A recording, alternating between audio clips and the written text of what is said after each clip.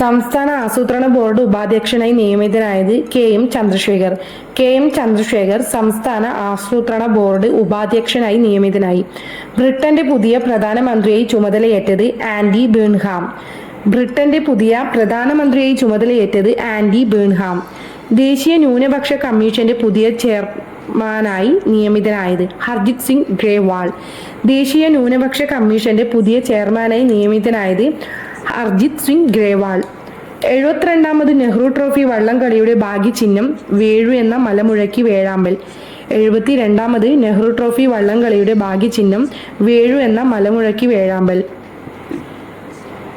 ലോക chess federation ഇടക്കാല പ്രസിഡന്റായി നിയമിതനായത് വിശ്വനാഥ ആനന്ദ്. ഈ പദവിയിലെത്തുന്ന ആദ്യ ഇന്ത്യക്കാരനാണ് വിശ്വനാഥ ആനന്ദ്. ലോക ചെസ് ഫെഡറേഷന്റെ ഇടക്കാല പ്രസിഡന്റായി നിയമിതനായത് വിശ്വനാഥൻ ആനന്ദ്. 2026 ജൂലൈയിൽ രാജിവെച്ച ബംഗ്ലാദേശ് പ്രസിഡന്റ് മുഹമ്മദ് ഷഹാബുദ്ദീൻ. 2026 ജൂലൈയിൽ രാജിവെച്ച ബംഗ്ലാദേശ് പ്രസിഡന്റ് മുഹമ്മദ് ഷഹാബുദ്ദീൻ.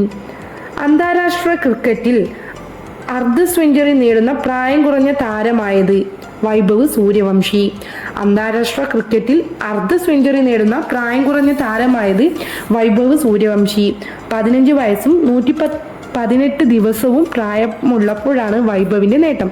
118 ദിവസവും 15 വയസ്സും പ്രായമുള്ളപ്പോഴാണ് വൈഭവിന്റെ ഈ നേട്ടം.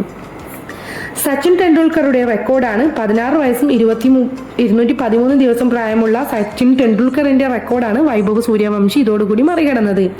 2026 ജപ്പാൻ ഓപ്പൺ ബാഡ്മിന്റൺ ചാമ്പ്യൻഷിപ്പിൽ വനിതാ സിംഗിൾസ് വിഭാഗത്തിൽ ജേതാവായത് PV Sindhu. 2026 Japan open badminton ചാമ്പ്യൻഷിപ്പിൽ വനിതാ സിംഗിൾസ് വിഭാഗത്തിൽ ജേതാവായത് PV സിന്ധു. 2026 കോമൺവെൽത്ത് ഗെയിംസിന്റെ വേദി ഗ്ലാസ്ഗോ സ്കോട്ട്ലാൻഡ്. 2026 കോമൺവെൽത്ത് ഗെയിംസിന്റെ വേദി ഗ്ലാസ്ഗോ സ്കോട്ട്ലാൻഡ്.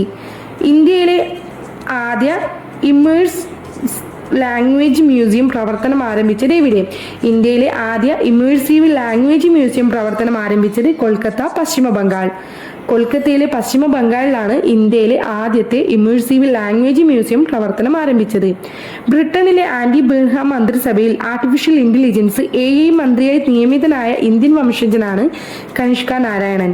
കനിഷ്ക നാരായണൻ ബ്രിട്ടനിലെ ആൻഡി ബേൺഹാം മന്ത്രിസഭയിലെ AI മന്ത്രിയായി നിയമിതനായ ഇന്ത്യൻ വംശജനാണ് കനിഷ്ക നാരായണൻ. പട്ടികജാതി പട്ടികവർഗ സ്ത്രീ സംരംഭകർക്കായി കേരള സർക്കാർ ആരംഭിക്കുന്ന പലിശരഹിത വായ്പാ പദ്ധതിയാണ് പ്രിയദർശിനി.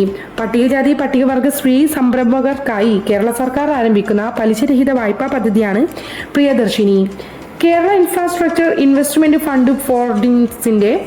ഫണ്ട് ബോർഡിന്റെ കിഫ്ബിയുടെ പുനഃസംഘടന പഠിക്കാൻ രൂപവൽക്കരിച്ച 5 അംഗ വിദഗ്ധ സമിതിയുടെ അധ്യക്ഷ. കേരള ഇൻഫ്രാസ്ട്രക്ചർ ഇൻവെസ്റ്റ്മെന്റ് ഫണ്ട് ബോർഡിന്റെ കിഫ്ബിയുടെ പുനഃസംഘടന പഠിക്കാൻ രൂപവൽക്കരിച്ച 5 അംഗ വിദഗ്ധ സമിതിയുടെ അധ്യക്ഷ സുധാ പിള്ള.